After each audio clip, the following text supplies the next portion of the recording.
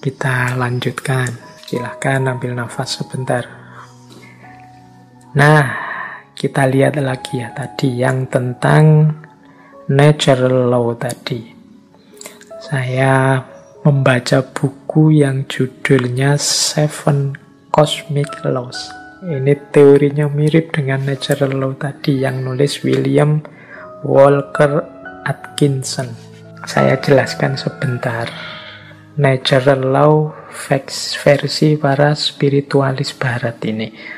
Nanti mungkin teman-teman ada kesempatan untuk membandingkannya dengan spiritualitas timur. Termasuk mungkin juga spiritualitas Islam. Yo, malam hari ini kita belajar beneran.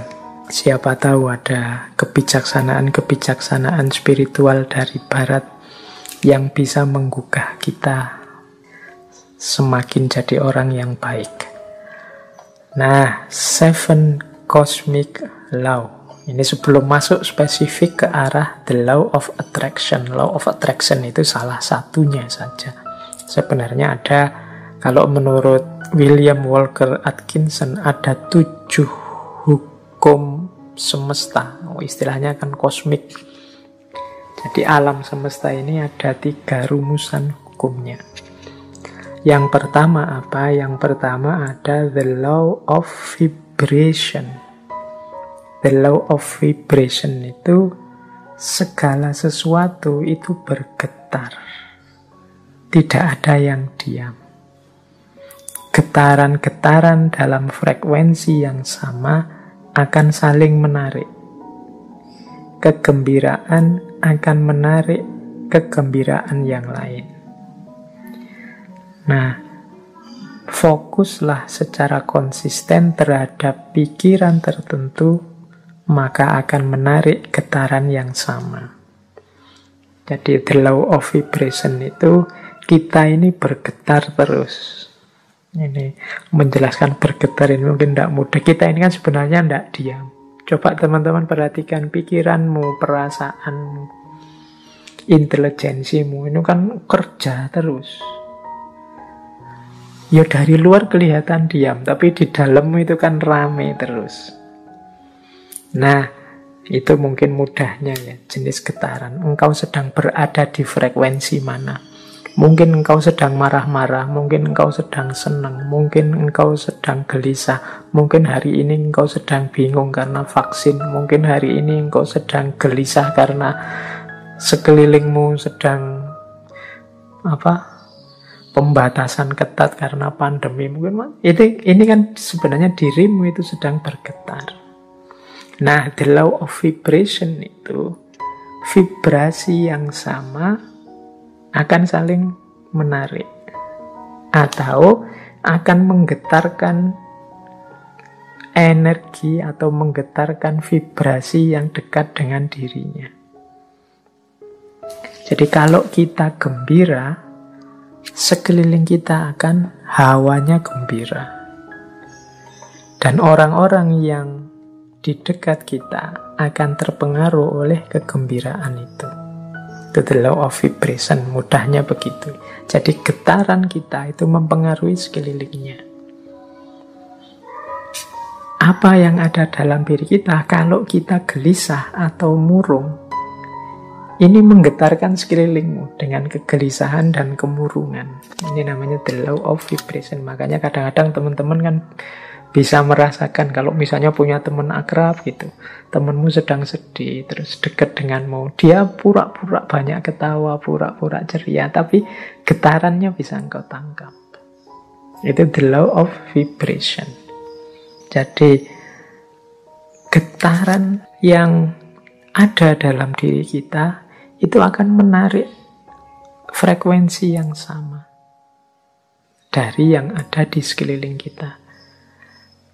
Kalau teman-teman dekat dengan teman yang sedang sedih, sedang gelisah, sedang susah, sekali-sekali dia tampak nangis, itu kan kita ikut terus hanyut dalam situasi kesedihannya, ikut dalam kemurungannya.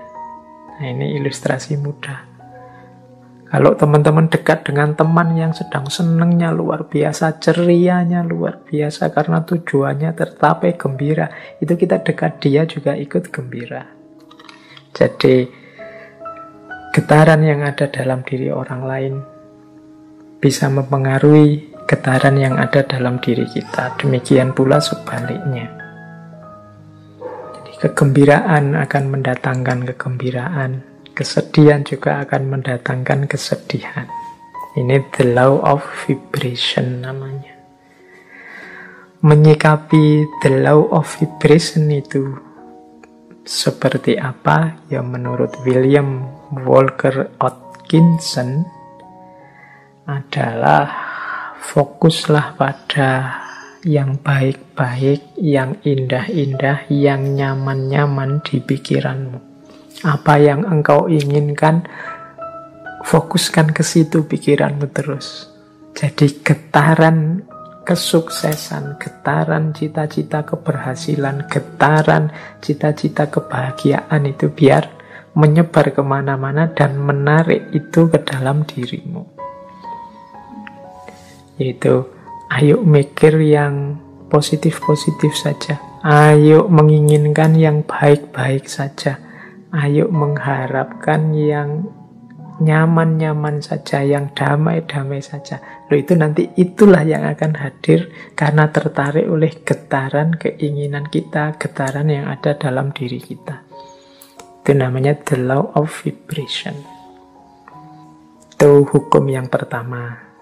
Jadi carilah frekuensi yang bagus, getaran yang bagus dalam dirimu. Dan hidupkan itu biar mempengaruhi sekelilingmu.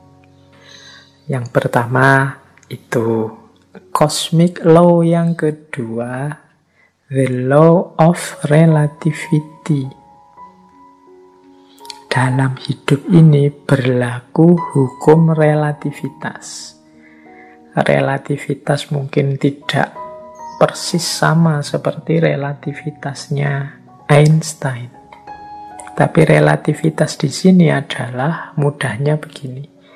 Tidak ada sesuatu yang bisa kita pahami sampai kita hubungkan dengan sesuatu yang lain.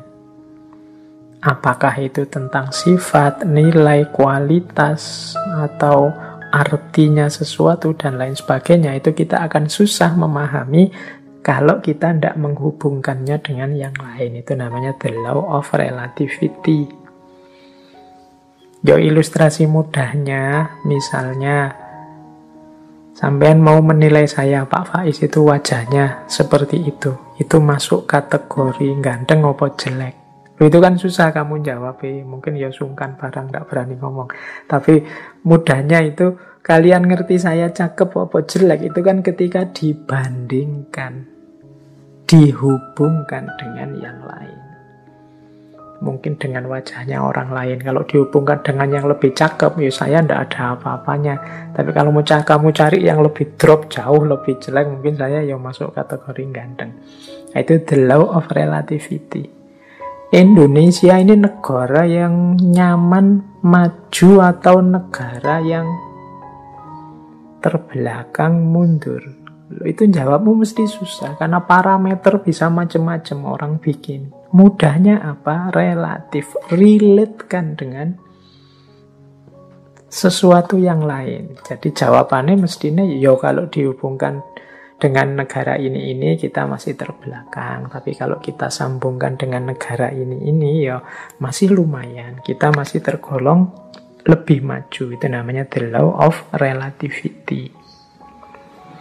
Jadi ini hukum alam yang kedua. Nah, maksudnya apa William Walker ini menunjukkan the law of relativity? Ya, hendaknya kita ini selalu menghubungkan situasi yang kita alami dengan yang lebih buruk atau lebih kurang atau di bawah kita. Tujuannya apa? Biar kita bersyukur. semua kegelisahan, ya mungkin tidak 100% lah, sebut saja 90% kegalauan, kegelisahan kita hari ini, itu muncul karena kita merelasikan diri dengan sesuatu yang lain, yang lebih tinggi, lebih bagus, lebih sukses, pokoknya lebih segalanya dari kita. Akhirnya kita tidak mampu untuk bersyukur. Mau bersyukur itu lebih berat karena kita melihat hidup kita ini serba kurang. Kita salah mencari relasi, menghubungkan diri kita dengan apa. Karena tiap hari mungkin engkau melihatnya artis siapa, atau melihatnya tokoh siapa, atau kiblatmu orang besar siapa, itu terus orang kaya siapa, itu terus orang sukses siapa, itu terus, sehingga ketika menengok dirimu yang lahir hanya pesimisme, underestimate, merasa betapa tidak berharganya dirimu dan lain sebagainya, akhirnya tidak bisa bersyukur.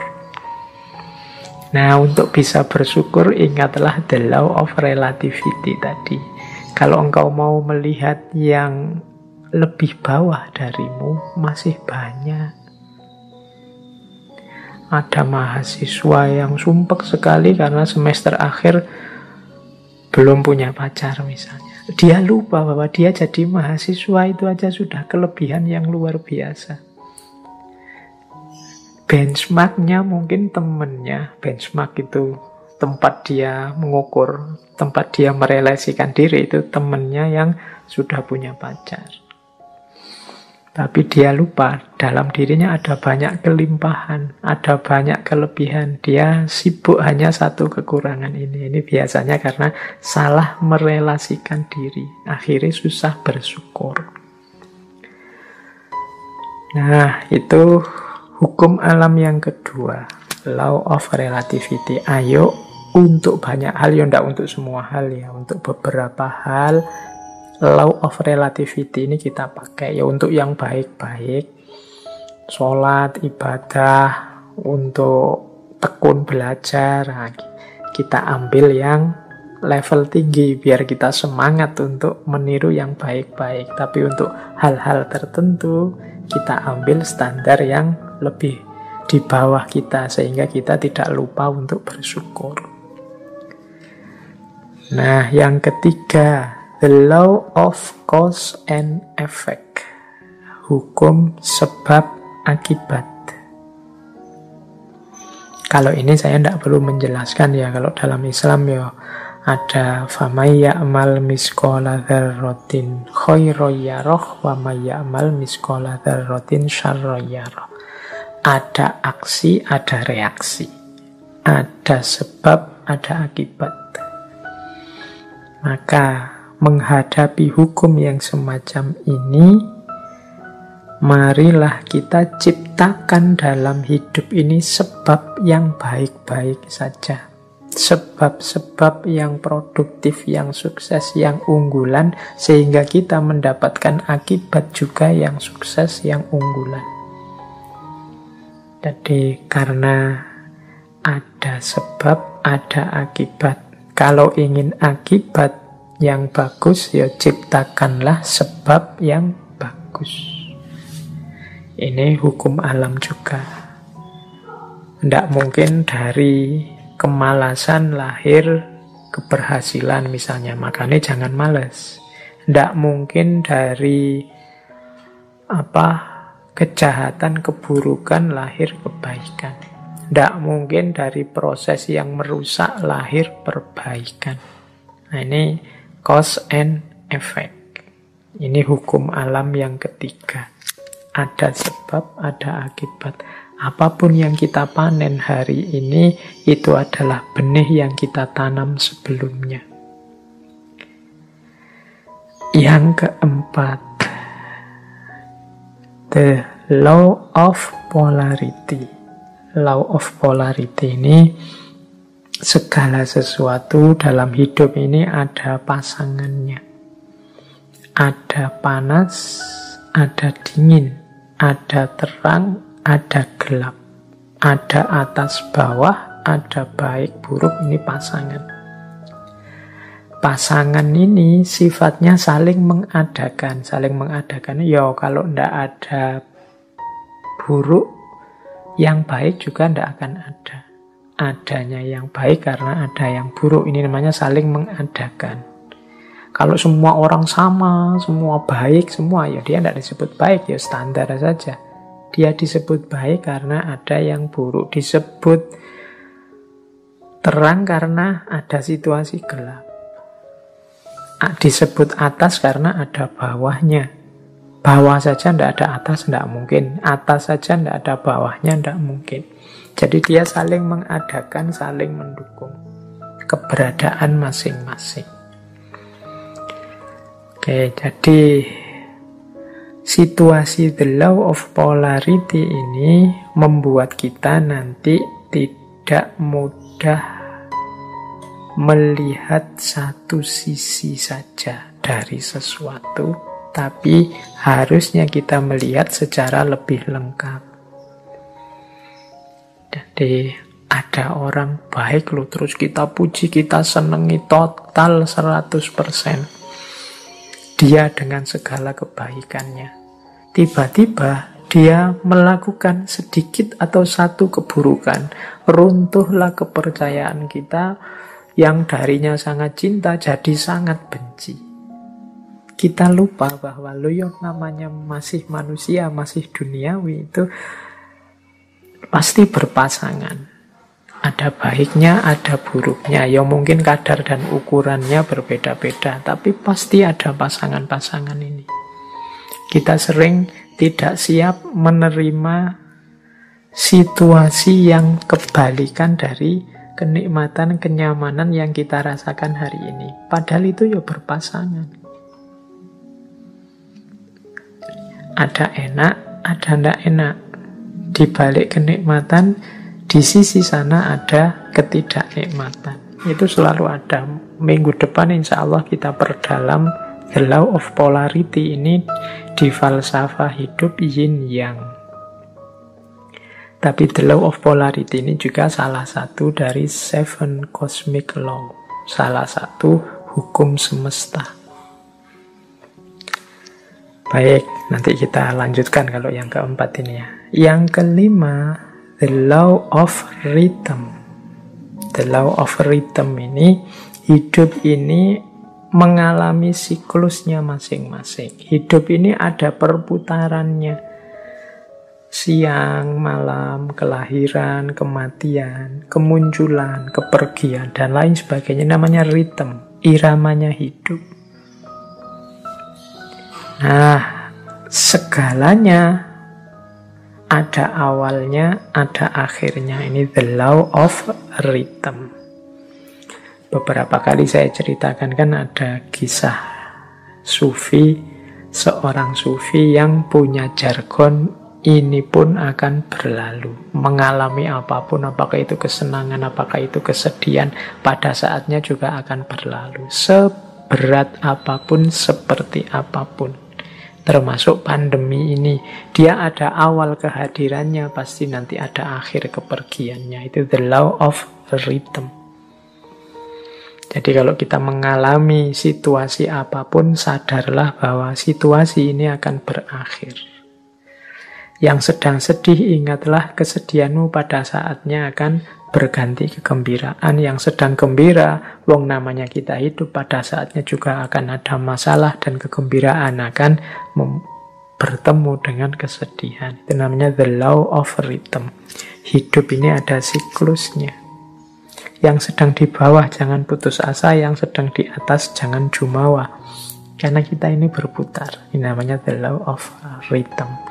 Untuk the law of rhythm ini, insya Allah nanti minggu terakhir kita bahas dari perspektif filsafat Jawa. Cokro Manggilingan. Baik, kita lanjutkan. Yang keenam, the law of gestation. The law of gestation itu bunyinya begini. Segala sesuatu perlu waktu untuk terjadi. Tidak ada yang ujuk-ujuk sempurna, tidak ada yang ujuk-ujuk utuh. Segala sesuatu dalam hidup ini butuh proses, perlu waktu. Jadi makanya kita kalau ingin sukses juga perlu kesabaran, menunggu momen, menunggu waktunya. Karena segala sesuatu ada waktunya. Ada waktu menanam, ada waktu memelihara, ada waktu memetik buahnya. Segalanya butuh proses. Tidak ada yang ujuk-ujuk setelah ditanam terus buahnya muncul. The law of gestation. Dan yang ketujuh, yang terakhir dari 7 cosmic law adalah the law of transmutation. Segala sesuatu berubah. Jadi segala sesuatu, karena hidup ini di dunia pastinya dinamis. Segalanya berubah. Ini banyak kalau kita belajar filsafatnya dulu, filsafat Yunani yang terkenal Heraklitus itu ya segalanya berubah, kecuali perubahan itu sendiri. Yang tidak berubah hanya perubahan. Nah, law of transmutation ini menyadarkan kita untuk menghadapi perubahan, merancang dan menyiapkan perubahan agar perubahan yang terjadi arahnya sesuai keinginan kita, membuat kita lebih baik, membuat kita lebih sukses, membuat kita lebih berhasil. Jangan biarkan perubahan liar tidak terkontrol. Baik, ini 7 cosmic laws. Ini alam semesta. Di level batinnya itu ada 7 mekanisme ini. Ini kalau menurut teorinya Walker Atkinson. Nah, ini pengantar untuk tadi kalau ada yang tanya, Pak, natural law tadi katanya law of attraction ini bagian dari natural law ya, karena kayak tadi unsur natural law yang law of vibration, kemudian law of cause and effect atau law of transmutation ini kan bisa mengimplikasikan law of attraction.